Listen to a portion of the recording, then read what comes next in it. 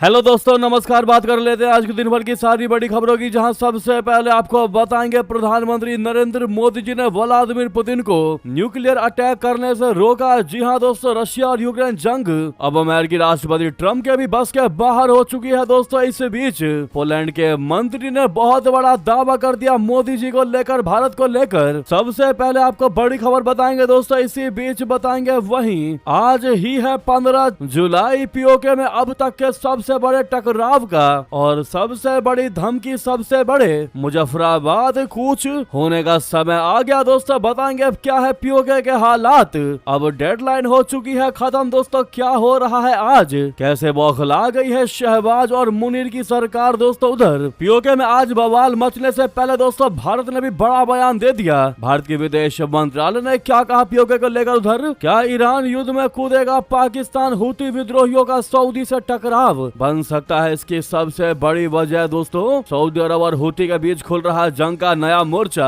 क्या अब पाकिस्तान को भी घुसना पड़ेगा इस लड़ाई में? क्यों हाफ रहा शहबाज और मुनीर? वहीं अचानक अमित शाह जी से क्यों मिले सीएम योगी आदित्यनाथ जी? 40 मिनट तक चली बातचीत, आपको बताएंगे। उत्तर प्रदेश में बीजेपी संगठन में बदलाव के बाद ये मुलाकात सबसे बड़ी बात मानी जा रही है। दोस्तों, एक से एक बेहतरीन से बेहतरीन अपडेट आपको विस्तार से बताएंगे। बस आप वीडियो के अंत तक बने रहिएगा। और खबरों में आगे बढ़ने से पहले अगर आप भी मानते कि भारत बेशक एहसास नहीं होने देता या दिखाता नहीं, लेकिन अंदर ही अंदर दुश्मनों को ठिकाने लगाता और भारत अपना क्षेत्र पीओके वापस लेकर ही रहेगा और ये बहुत जल्द ही संभव होगा, तो इस वीडियो को लाइक करके, चैनल को सब्सक्राइब करके, बेल आइकन दबा के कमेंट में जय हिंद अवश्य कहिएगा। दोस्तों, अब बात करते हैं पहली सबसे बड़ी चौंकाने वाली खबर की, जहां रशिया और यूक्रेन जंग अब अमेरिकी राष्ट्रपति ट्रंप के भी बस से बाहर हो चुकी है। जेलेंस्की की बेइज्जती करने से लेकर पुतिन से सीक्रेट मीटिंग करने तक ट्रंप ने सारे दाव चल दिए, लेकिन अमेरिका इस युद्ध को रोकने में पूरे तरीके से नाकाम रहा। ऐसे में अब यूरोप की उम्मीदें भारत पर आकर टिक गई है। दोस्तों, हाल ही में यूरोपीय देश पोलैंड के मंत्री ने खुद ये बात कबूल की है। उन्होंने एक ऐसा खुलासा किया है जिसने पूरी दुनिया को चौंका दिया है। पोलैंड के मंत्री का दावा है कि रूस यूक्रेन पर परमाणु हमला करने का पूरा मन बना चुका था। ठीक उसी वक्त प्रधानमंत्री मोदी ने पुतिन को रोका था। जी हां, पोलैंड के विदेश मंत्रालय के सेक्रेटरी ऑफ स्टेट यानी विदेश राज्य मंत्री व्लादिस्लाव थियोफिल बार्टोशेवेस्की ने उम्मीद जताई है कि रूस और यूक्रेन की जंग भारत ही रुकवा सकता है। भारत में ही वो ताकत है कि वो इस युद्ध को रुकवा सके। जी हां, पोलैंड के विदेश राज्य मंत्री व्लादिस्लाव थियोफिल बार्टोशेवेस्की ने न्यूज एजेंसी एएनआई से बातचीत के दौरान रूस यूक्रेन संकट पर बात की। उन्होंने अपने इंटरव्यू में भारत की बढ़ती पावर और पीएम मोदी की जमकर तारीफ है कि दोस्तों, उन्होंने कहा कि प्रधानमंत्री नरेंद्र मोदी दुनिया के इतने बड़े और मशहूर लीडर हैं कि पूरी दुनिया में हर कोई उनकी बहुत अच्छी इज्जत करता है। भारत का रूस और उससे पहले के सोवियत संघ के साथ हमेशा से ही बिना किसी के दबाव में आए एक आजाद देश के तौर पर बहुत पुराना और पक्का दोस्ताना रहा है। बार्टोशेवेस्की ने आगे कहा कि राष्ट्रपति व्लादिमीर पुतिन असल में इस बात को बहुत गंभीरता से लेते हैं कि प्रधानमंत्री मोदी उनसे क्या कह रहे हैं। मैं खास तौर पर बस उस बड़े रोल को सबके सामने लाना चाहता हूं जो प्रधानमंत्री मोदी ने 2022 के आखिर में व्लादिमीर पुतिन को यूक्रेन पर परमाणु बम दागने से रोकने के लिए निभाया था। ये 100% सच है कि प्रधानमंत्री मोदी दुनिया के उन गिने चुने लोगों में से एक है जो पुतिन पर सच में अपना असर दिखा सकते हैं और उन पर दबाव बनवा सकते हैं। जी हाँ, बता दें कि भारत ने जंग के मुद्दे पर हमेशा अपना स्टैंड क्लियर रखा है। भारत हमेशा शांति की अपील करता आया है। प्रधानमंत्री मोदी ने कई मौकों पर व्लादिमीर पुतिन के सामने खड़े होकर कहा है कि ये युद्ध का युग नहीं है। भारत की इसी बेबाक और शांति प्रिय कूटनीति का नतीजा है कि आज पोलैंड जैसा नाटो और यूरोपीय संघ का बेहद सक्रिय सदस्य देश भी भारत को दुनिया का सबसे भरोसेमंद लीडर मान रहा है, नेता मान रहा है। इससे बड़ी बात और इससे बड़ा प्रिविलेज भारत के लिए क्या ही हो सकता है। दोस्तों, ऐसे में यूरोपीय देश पोलैंड के मंत्री क्या इस दावे पर, इस कबूल नामे पर आपकी क्या राय है? अगर आप भी मानते हैं कि भारत वाकई में शो ऑफ नहीं करता लेकिन भारत चाहे तो बहुत कुछ कर सकता है, तो सामने लाइक का बटन है दोस्तों। अभी तक लाइक के बटन को नहीं दबाए तो इसको प्रेस कर दीजिएगा, एक सेकंड भी नहीं लगना, जिससे आप अपने भारत देश को कितना सपोर्ट करते हैं क्लियर समझ में आएगा। दोस्तों, लाइक का बटन प्रेस करना मत भूलिएगा। वहीं आपको बता दें अगली बड़ी चौंका देने वाली खबर।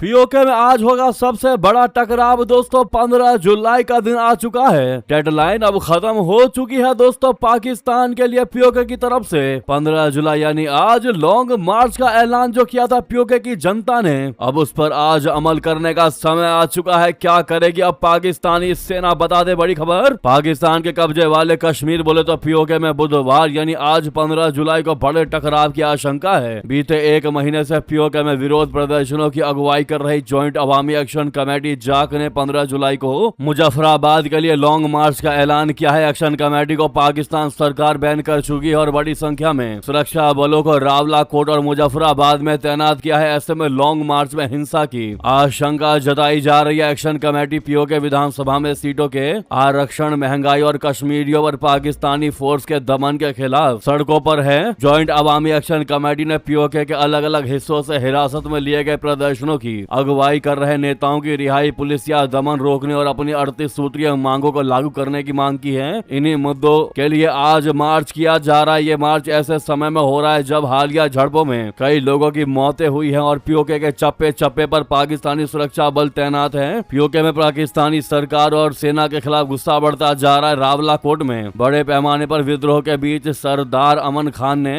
कहा कि पाकिस्तान पीओके को आजाद कश्मीर कहना बंद करे। ये कोई विवादित इलाका नहीं है, ये एक ऑक्यूपाइड टेरिटरी है जिस पर पाकिस्तान का गैर कानूनी कब्जा है। पीओके का रावला कोट मौजूदा विरोध प्रदर्शनों का केंद्र बिंदु बन चुका है। शहर के ईदगाह ग्राउंड में हजारों की संख्या में लोग जुट रहे हैं। यहाँ से लगातार पाकिस्तानी सेना और सरकार को चुनौतियां दी जा रही हैं। पीओके के नेता बार बार कह रहे हैं कि कश्मीर में अब पाकिस्तानी नेताओं की भारत विरोधी बयानबाजी को नहीं सुना जाएगा। कितनी बड़ी बात है दोस्तों। पाकिस्तान के कब्जे वाले कश्मीर में महंगाई और विधानसभा की शरणार्थियों के लिए आरक्षित 12 सीटों के मुद्दे पर बीते महीने प्रदर्शन शुरू हुए थे। प्रदर्शनकारियों के खिलाफ पाकिस्तानी सेना के दमन ने चीजों को बदतर बना दिया है। इससे आंदोलन खत्म होने के बजाय और भड़क ही रहा है। पाकिस्तानी सेना और सरकार के खिलाफ ज्वाइंट अवामी एक्शन कमेटी जाग के नेतृत्व में आंदोलन बहुत बड़ा रूप ले चुका है। प्रदर्शन का नेतृत्व कर रहे नेता सीधे तौर पर शहबाज शरीफ और आसिम मुनीर को चुनौती दे रहे हैं। इससे घबराई पाकिस्तान सरकार लोगों पर गोलियां चलवा रही है। अगर कल की ही बात करें दोस्तों 14 जुलाई की, तो 36वें दिन भी विद्रोह जारी रहा। मुजफ्फराबाद में मार्च से ठीक 24 घंटे पहले पीओके में प्रदर्शनकारियों पर पाकिस्तानी रेंजर्स ने सुदनौती और रावला कोट में गोलियां चलवाई, जिसमें 8 लोग अभी तक मारे गए हैं, वो भी कल में दोस्तों, और 11 घायल हुए हैं। दूसरी तरफ एक बार फिर रावला कोट के ईदगाह मैदान पर पाकिस्तान के कब्जे पर प्रदर्शनकारियों ने गवाही दी, लेकिन गोली खाने के बाद दोस्तों प्रदर्शनकारियों ने कहा है कि ये जंग फतह से पहले नहीं रुकेगी, यानी जब तक जीत हासिल नहीं कर लेते तब तक नहीं रुकेगी, चाहे कितने भी जुल्म ढाले पाकिस्तान की शहबाज सरकार और पाकिस्तान की सेना। अब आज मुजफ्फराबाद कूच पर अमान खान पूरी तैयारी कर चुके हैं दोस्तों। अब देखना होगा ये पूरा का पूरा सैलाब किस प्रकार से मुजफ्फराबाद पहुंचता है दोस्तों। 27 जुलाई को होने वाले पीओके में चुनाव पर अमान खान ने कहा कि कई लोग पीओके में हाथ में फाइल लेकर ब्रिगेडियर फैक यानी आईएसआई सेक्टर कमांडर पीओके के दफ्तर के बाहर खड़े हैं, लेकिन चुनाव आईएसआई को नहीं करवाना है। चुनाव जनता करेगी, वोट जनता देगी और उसी सरकार को कबूल किया जाएगा जिसे जनता वोट देगी। दोस्तों आज वाकई में मुजफ्फराबाद की ओर पूरा सैलाब जाने वाला है पीओके का। देखते हैं दोस्तों क्या अपडेट्स निकलकर सामने आएगी। जो भी इससे जानकारी सामने आएगी सबसे पहले आपको बताएंगे। रिक्वेस्ट है पहली बार हमारे वीडियो को देख रहे हैं तो सब्सक्राइब और बेल आइकन अवश्य दबा लीजिएगा ताकि सबसे पहले आपको जानकारी हासिल हो मिल सके। ऐसे में दोस्तों क्या आप सभी पीओके की जनता के साथ खड़े हैं? कमेंट में बताना बिल्कुल मत भूलिएगा। देखते हैं क्या है आपकी राय इस मुद्दे पर। वहीं पीओके में उभरते इस जन आक्रोश पर भारत ने भी पाकिस्तान पर बड़ा अटैक किया, बड़ा हमला बोला। कहा दशकों के शोषण और दमन का है ये नतीजा। जी हां दोस्तों, पीओके में जारी विरोध प्रदर्शनों को लेकर भारत ने पाकिस्तान पर तीखा हमला बोला है। विदेश मंत्रालय ने कहा कि वहां का जन आक्रोश पाकिस्तान के दशकों पुराने शोषण, मौलिक अधिकारों के हनन और अवैध कब्जे वाले व्यवस्था का परिणाम है। भारत ने आरोप लगाया कि जनता की शिकायतें दूर करने के बजाय पाकिस्तान पुलिस बल का बर्बर इस्तेमाल कर रहा है। विदेश मंत्रालय के प्रवक्ता रणधीर रणधीर जायसवाल ने साप्ताहिक प्रेस वार्ता में कहा कि पाकिस्तान अधिकृत जम्मू कश्मीर में हो रहे प्रदर्शन वहां के लोगों के वैध अधिकारों और न्याय की मांग का प्रतीक है। उन्होंने कहा कि पाकिस्तान सरकार स्थानीय लोगों की समस्याओं का समाधान करने के बजाय अत्यधिक पुलिस बल का इस्तेमाल कर रही है। जायसवाल जी ने कहा कि भारत को उम्मीद है कि अंतर्राष्ट्रीय समुदाय पाकिस्तान को मानवाधिकारों के उल्लंघन, गंभीर उल्लंघन और अन्य कृत्यों के लिए पूरी तरह जवाबदेह ठहराएगा। उन्होंने दोहराया कि पाकिस्तान अधिकृत जम्मू कश्मीर भारत का अभिन्न हिस्सा है और पाकिस्तान वहां के लोगों के अधिकारों का लगातार दमन कर रहा है। विदेश मंत्रालय ने पश्चिम एशिया के मौजूदा हालात पर भी चिंता व्यक्त की। रणधीर जायसवाल जी ने कहा कि भारत क्षेत्र की स्थिति पर लगातार नजर बनाए हुए है और हॉर्मुज जलडमरू मध्य से सुरक्षित एवं निर्बाध समुद्री आवाजाही और व्यापार सुनिश्चित किए जाने की आवश्यकता पर जोर देता है। यानी दोस्तों आप इशारा समझ सकते हैं 15 जुलाई से पहले ये बयान दिया गया, क्योंकि आज जो बवाल, आज जो सैलाब आने वाला है उसमें कहीं ना कहीं भारत का ये बयान को पीओके की जनता जरूर कंसिडर करेगी और उस हिसाब से तय करेगी कि उसको क्या करना है। क्या पता भारत के विदेश मंत्रालय के इस बयान से पीओके की जनता ऐसा समझ ले कि भारत उसके लिए हमेशा तैयार है, उसके लिए खड़ा है भारत, तो शायद वो सही तरीके से माकूल जवाब दे सके पाकिस्तान को, खासकर शहबाज मुनीर को। आज वाकई में बड़ी ही इंटरेस्टिंग अपडेट सामने आने वाली है पीओके से दोस्तों, इसीलिए जैसे ही अपडेट आएगी सबसे पहले आपको बताएंगे। बहरहाल पीओके की जनता की जो मांग है उसको आप सही ठहराते हैं या गलत, क्या कहते हैं आप लोग दोस्तों, जरूर कमेंट करके बताइएगा। नेक्स्ट खबर की बात करें, जहां यूएनएससी में भारत की परमानेंट सीट चाहता है यूरोपीय देश, कहा हमारा तो पूरा सपोर्ट है भारत को। दोस्तों पोलैंड ने संयुक्त राष्ट्र सुरक्षा परिषद में भारत की अस्थायी सदस्यता के लिए फिर से एक बार अपने सपोर्ट को दोहरा दिया। पोलैंड के विदेश मंत्रालय के सेक्रेटरी ऑफ स्टेट व्लादिस्लाव टेओफिल बार्टोजेवेस्की ने समाचार एजेंसी एएनआई से इस बात की पुष्टि की है। इसके साथ ही मिलिट्री इक्विपमेंट, ड्रोन और सैटेलाइट के ज्वाइंट प्रोडक्शन समेत गहरे डिफेंस कॉर्पोरेशन की भी बात कही है। यूएनएससी में सुधारों के लिए भारत की लंबे समय से चली आ रही मांग का समर्थन करते हुए उन्होंने कहा कि पोलैंड नई दिल्ली की परमानेंट मेंबर बनने की इच्छा का समर्थन करता है, लेकिन ये भी माना कि काउंसिल को बढ़ाना मुश्किल बना हुआ है, क्योंकि किसी भी स्ट्रक्चरल बदलाव के लिए सभी मौजूदा मेंबर्स के बीच आम सहमति की आवश्यकता होती है, लेकिन इसमें हर एक के पास वीटो पावर है। उन्होंने कहा कि हम चाहते हैं कि भारत एक परमानेंट सदस्य बने। हमने भारत के साथ यूनाइटेड नेशंस की सिक्योरिटी काउंसिल के स्ट्रक्चर में बड़े बदलावों पर भी बात किया है। दिक्कत यह है और हमेशा से ही रही है कि बदलाव करने के लिए सभी सदस्यों को सहमत होना पड़ता है और चूंकि हर सदस्य के पास वीटो है, इसीलिए हमेशा कोई ना कोई ऐसा होता है जो बदलना नहीं चाहता, क्योंकि उन्हें बड़े क्लब के बजाय छोटा क्लब पसंद होता है। हम इस कोशिश में निश्चित तौर पर से भारत का सपोर्ट करते हैं। जी हाँ दोस्तों, ये बहुत बड़ी बात कही है पोलैंड के इस विदेश मंत्रालय के सेक्रेटरी ने।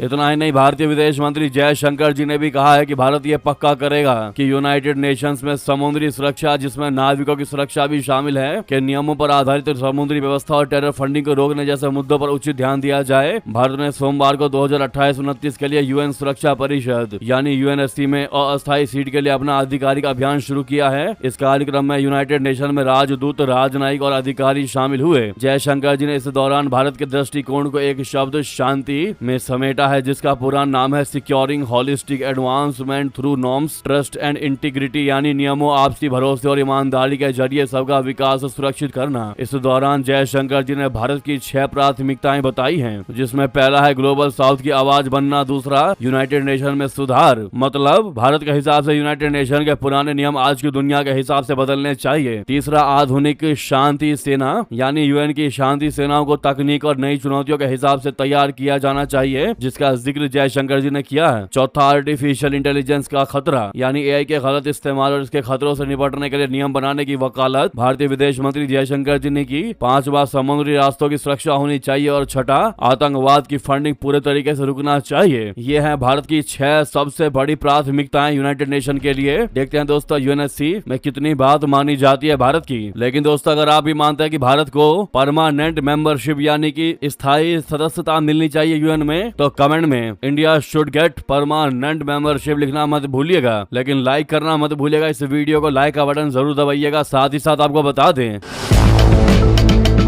कतर के लिए रवाना हुए किरण रिजिजू पूर्व अमीर शेख हमद के निधन पर करेंगे शोक व्यक्त। दोस्तों, दुनिया के सबसे प्रभावशाली अरब नेताओं में शुमार और आधुनिक कतर के निर्माता माने जाने वाले पूर्व अमीर शेख हमद बिन खलीफा अल थानी का 74 वर्ष की आयु में निधन हो गया। उनके निधन से कतर समेत पूरे पश्चिम एशिया में शोक की लहर दौड़ गई। भारत सरकार की ओर से शोक व्यक्त करने के लिए केंद्रीय संसदीय कार्य एवं अल्पसंख्यक कार्य मंत्री किरेन रिजिजू दोहा रवाना हुए हैं। विदेश मंत्रालय ने सोशल मीडिया प्लेटफॉर्म एक्स पर कहा कि रिजिजू आज कतर के पूर्व अमीर शेख हमद बिन खलीफा अल थानी के दुखद निधन पर भारत सरकार और देशवासियों की ओर से शोक व्यक्त करने के लिए दोहा कतर रवाना हुए हैं। मंत्रालय ने कहा कि पूर्व अमीर ने आधुनिक कतर के निर्माण में महत्वपूर्ण भूमिका निभाई है और वो भारत के घनिष्ठ मित्र थे। भारत कतर संबंधों को मजबूत बनाने में उनके बहुमूल्य योगदान को सदैव याद किया जाएगा। प्रधानमंत्री मोदी जी ने भी शोक व्यक्त करते हुए एक्स पर लिखा कि हम कतर के पूर्व अमीर महामहिम शेख हमद बिन खलीफा अल थानी के निधन पर गहरा शोक व्यक्त करते हैं। वो एक दूरदर्शी नेता थे जिनके नेतृत्व में कतर ने विकास और समृद्धि के नए आयाम स्थापित किए। हम उन्हें भारत के एक सच्चे मित्र के रूप में भी याद करते हैं। मुझे फरवरी 2024 में अपनी कतर यात्रा के दौरान उनसे मिलने का सौभाग्य प्राप्त हुआ था। प्रधानमंत्री ने आगे कहा कि मैं कतर के अमीर महामहिम शेख तमीम बिन हमद अल थानी शाही परिवार और कतर की जनता के प्रति अपनी हार्दिक संवेदनाएं व्यक्त करता हूं। जी हां, आपकी क्या इस मुद्दे पर आए दोस्तों, वहीं आपको बता दें 20% टैरिफ पर ट्रंप का यू टर्न, हॉर्मुज में जहाजों से नहीं वसूलेगा पैसा। दोस्तों, यूएस राष्ट्रपति ने क्यों लिया अपना ये फैसला वापस, या ईरान को डराने का था प्लान? हॉर्मुज पर 20% टोल से पीछे क्यों हटे ट्रंप, आपको बता दें। अमेरिकी राष्ट्रपति ट्रंप ने मंगलवार को हॉर्मुज जल डमरू मध्य यानी स्ट्रेट ऑफ हॉर्मुज से गुजरने वाले जहाजों पर 20% कार्गो शुल्क लगाने के अपने प्रस्ताव को वापस ले लिया। ट्रंप ने कहा कि अब इसकी जगह खाड़ी यानी गल्फ देशों के साथ बड़े व्यापार और निवेश समझौते किए जाएंगे जो अमेरिका के लिए कहीं अधिक लाभदायक साबित होंगे। ट्रंप ने दावा किया कि इन समझौतों के तहत अमेरिका में भारी निवेश होगा और इससे लाखों नए रोजगार पैदा होंगे। ट्रंप ने अपने social media platform truth social पर लिख दिया कि मिडल ईस्ट के नेताओं के साथ हुई बेहद सकारात्मक बातचीत के बाद उन्होंने 20% अमेरिकी रीइंबर्समेंट फी लगाने का फैसला बदल दिया है। इसकी जगह अब खाड़ी देशों के साथ व्यापार और निवेश समझौते पर जोर दिया जाएगा। उन्होंने कहा कि इन निवेशों का आकार बहुत बड़ा होगा। इससे अमेरिका में नई फैक्ट्रियां और मजबूत होंगी जिससे हेल्दी सैलरी वाला नौकरियां पैदा होंगी। दोस्तों, ट्रंप ने सोमवार को ऐलान किया था कि अमेरिका हॉर्मुज जल डमरू मध्य का गार्जियन बनेगा और इस पर समुद्री मार्ग से गुजरने वाले सभी कार्गो पर 20% शुल्क वसूलेगा। उनका तर्क था कि इस रणनीतिक समुद्री मार्ग की सुरक्षा की जिम्मेदारी अमेरिका उठा रहा है, इसीलिए इसकी लागत की भरपाई अन्य देशों को करनी चाहिए। उन्होंने ये भी कहा था कि हॉर्मुज जल डमरू मध्य सभी देशों के लिए खुला रहेगा, लेकिन ईरान के जहाजों और ईरानी कार्गो पर पूर्ण प्रतिबंध लगाया जाएगा। वहीं ट्रंप के जवाब में ईरान के विदेश मंत्री अब्बास अराक्ची ने 20% शुल्क के प्रपोजल पर तंज कसते हुए कहा था कि 20% तो बहुत ज्यादा है, हम निष्पक्ष रहेंगे। ईरान की संयुक्त सैन्य कमान ने भी साफ कहा है कि वो अमेरिका को हॉर्मुज जल डमरू मध्य का नियंत्रण या निगरानी नहीं करने देगा। तेहरान ने चेतावनी दी कि यदि अमेरिकी सेना ने ईरान की अनुमति के बिना इस जल मार्ग में हस्तक्षेप करने का प्रयास किया तो उसका कड़ा जवाब दिया जाएगा। साथ ही क्षेत्रीय देशों को भी अमेरिका के साथ सहयोग न करने की चेतावनी दी गई है। दोस्तों, वहीं नेतन्याहू ने भी ईरान को तगड़ी वार्निंग दी, कहा भुलावे में मत रहना, इस बार दुगनी ताकत से अटैक करेंगे। जी हां दोस्तों, हॉर्मुज को लेकर अमेरिका और ईरान के बाद अब इजराइल भी ईरान को सुनाने उतर आया। पूरा खाड़ी क्षेत्र तनाव के दौर से गुजर रहा है। इस बीच इजराइल के प्रधानमंत्री बेंजामिन नेतन्याहू ने ईरान को कड़ी चेतावनी दे दी। नेतन्याहू ने नेगेटिव समिट के दौरान ईरान सरकार को वार्निंग देते हुए कहा कि अगर आप हम पर हमला करते हैं तो ये मत समझिए कि सब कुछ शांत रहेगा, ये भी मत सोचिएगा कि पिछली बार जैसा ही होगा, ऐसा बिल्कुल नहीं होगा। इस बार की प्रतिक्रिया अलग होगी और कहीं अधिक शक्तिशाली होगी। उन्होंने कहा कि हम हर तरह की परिस्थिति का सामना करने के लिए तैयार हैं। मैं केवल एक बात कह सकता हूं कि ये बात मैं ईरान के नेताओं से कहना चाहता हूं कि अगर आप हमला करते हैं तो ये मत समझिए कि सब कुछ शांत रहेगा। इस बार पिछली बार जैसा कुछ नहीं होगा, बल्कि उससे कहीं अधिक भयावह होगा। इस बार की प्रतिक्रिया अलग होगी और उससे कहीं ज्यादा ताकतवर के साथ होगी। वहीं दोस्तों, LNG टैंकर से भारतीय क्रू मांगता रहा मदद। ईरान अटैक के बाद लीक हुआ रेडियो रेडियो मैसेज। भारतीय क्रू कहते रह गए हमको बचा लो, आग लग चुकी है। जी हाँ, ईरान अमेरिका की दुश्मनी की आग में एक बार फिर बेगुनाह भारतीय नाविक झुलस गए। सोमवार रात हॉर्मुज में ईरानी मिसाइलों ने ऐसा तांडव मचाया कि यूएई के 2 तेल टैंकर आग के गोले बन गए। इनमें से एक खतरनाक एलएनजी गैस से भरा जहाज था जिस पर भारतीय क्रू सवार था। इस भयानक हमले में एक भारतीय नाविक की मौत हो गई जबकि 6 गंभीर रूप से घायल हैं। इसी जहाज से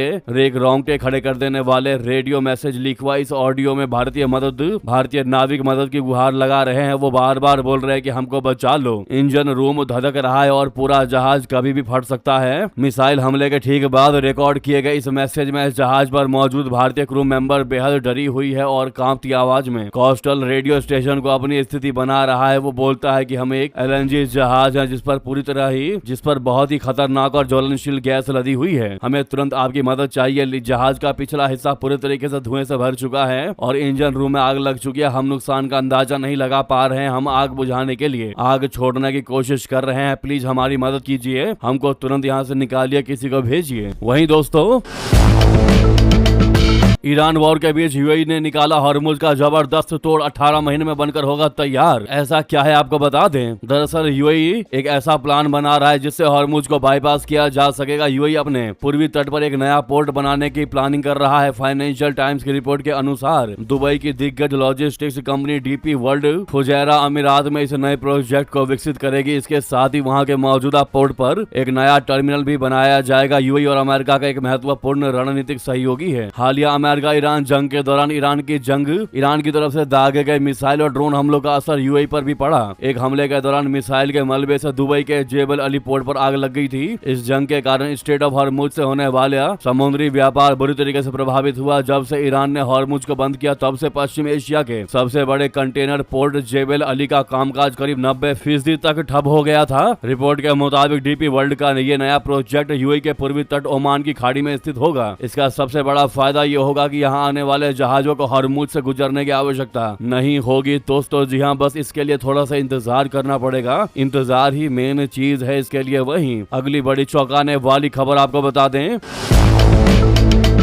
क्या ईरान युद्ध में अब पाकिस्तान भी कूदेगा। हुती विद्रोहियों का सऊदी से टकराव बन सकता है इसकी बड़ी वजह, जिसको जानकर हाँफने लगा पाकिस्तान। दोस्तों, पाकिस्तान और सऊदी अरब की दोस्ती का इम्तिहान एक बार फिर होने वाला है। पश्चिम एशिया में लड़ाई का एक और मोर्चा खुलता दिखाई दे रहा है। कई वर्षों में सीज फायर का पालन कर रहे सऊदी अरब और यमन विद्रोही फिर से एक दूसरे पर हमला करने लगे हैं। इससे पाकिस्तान की भूमिका पर फिर से ध्यान गया है, जिसने पिछले साल सऊदी अरब के साथ आपसी रक्षा समझौता किया था और तब से उस देश में अपनी सैन्य मौजूदगी बढ़ाई है। इससे ही अटकलें लगाई जा रही हैं कि क्या पाकिस्तान, जो पहले से ही बलूचिस्तान में विद्रोह और अफगानिस्तान सीमा पर तनाव से जूझ रहा है, हुतियों के खिलाफ लड़ाई में रियाद का साथ देगा। सऊदी अरब और पाकिस्तान के बीच हुए समझौते के तहत दोनों देश एक दूसरे पर हुए बाहरी हमले की दिशा में एक दूसरे को सैन्य सहायता देंगे। ऐसे में अब ये सवाल उठ रहा है कि सऊदी अरब के आभा एयरपोर्ट पर अभी हुए हमले के बाद क्या पाकिस्तान सऊदी की मदद के लिए आगे आएगा। सबसे बड़ा सवाल यह है कि क्या सऊदी रणनीतिक संयम की नीति छोड़कर ईरान के साथ सीधे टकराव में जाएगा। ऐसा होता है तो पाकिस्तान भी इस युद्ध का हिस्सा बन सकता है, क्योंकि उसका सऊदी से आपसी रक्षा समझौता है। इश्तियाक अहमद ने फ्राइडे टाइम्स में यमन में हुए हमलों से ईरान युद्ध में बदलाव, खास तौर से पाकिस्तान के जंग में उतरने की स्थिति पर बात की। उनका कहना है कि यमन के घटनाक्रम को अलग थलग करके नहीं देखा जाना चाहिए। यमन के हुतियों को ईरान अपने आखिरी दाव की तरह देख रहा है, लेकिन ये पाकिस्तान की युद्ध में एंट्री की वजह भी बन सकता है। ना चाहते हुए भी पाकिस्तान को इस युद्ध में कूदना पड़ेगा।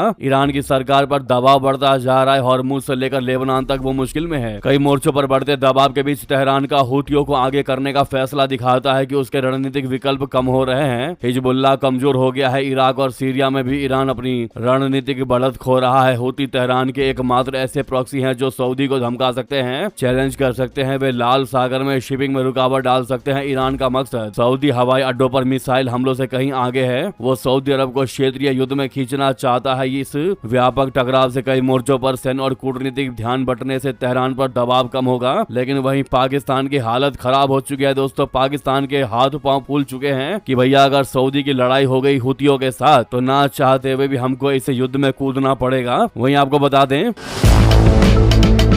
अमित शाह जी से मिले सीएम योगी आदित्यनाथ जी, 40 मिनट तक चली बातचीत। यूपी में बीजेपी संगठन में बदलाव के बाद ये बड़ी मुलाकात। जी हां, उत्तर प्रदेश के मुख्यमंत्री योगी आदित्यनाथ जी ने मंगलवार को केंद्रीय गृह मंत्री अमित शाह जी से मिलने पहुंचे। गृह मंत्री से उनकी ये मुलाकात राजधानी दिल्ली स्थित कर्तव्य भवन में हुई, जहां दोनों नेताओं के बीच 40 मिनट तक बातचीत हुई। उत्तर प्रदेश में बीजेपी संगठन में बदलाव के बाद हुई इस मुलाकात को बेहद अहम माना जा रहा है। वहीं इसे आगामी होने वाले उत्तर प्रदेश चुनावों से जोड़कर भी देखा जा रहा है। हालांकि अमित शाह जी और सीएम योगी की यह मुलाकात किस खास विषय में हुई है, इसे लेकर सटीक जानकारी अभी सामने नहीं आ पाई है। वहीं इसके बाद केंद्रीय गृह मंत्री अमित शाह जी की मुलाकात भाजपा अध्यक्ष नितिन नवीन से भी हुई। उत्तर प्रदेश के मुख्यमंत्री योगी आदित्यनाथ ने मंगलवार को नई दिल्ली में केंद्रीय गृह मंत्री अमित शाह जी से मुलाकात की। अधिकारियों के अनुसार इस दौरान दोनों नेताओं के बीच उत्तर प्रदेश से जुड़े राजनीतिक और प्रशासनिक मुद्दों पर विस्तार से चर्चा हुई। दोस्तों, ये बैठक ऐसे समय हुई है जब अगले वर्ष की शुरुआत में होने वाले उत्तर प्रदेश विधानसभा चुनाव की तैयारियां जोरों शोरों पर हैं। भारतीय जनता पार्टी राज्य में दोबारा सत्ता हासिल करने की रणनीति पर काम कर रही है और चुनावी तैयारियां शुरू कर चुकी है। दोस्तों, आपको बता दें, ये मुलाकात काफी अहम माना जा रहा है, क्योंकि अभी हाल ही में आपको याद होगा जब भाजपा अध्यक्ष नितिन नवीन योगी जी और मौर्य से मिलने गाड़ी से उतरे तो उन्होंने योगी जी से पहले ही मौर्य से मुलाकात कर ली और योगी जी खड़े रह गए, जिसके बाद लोगों ने काफी ज्यादा नाराजगी जताई दोस्तों, और कहा कि इस बार योगी को शायद भाजपा मुख्यमंत्री ना बनने दे।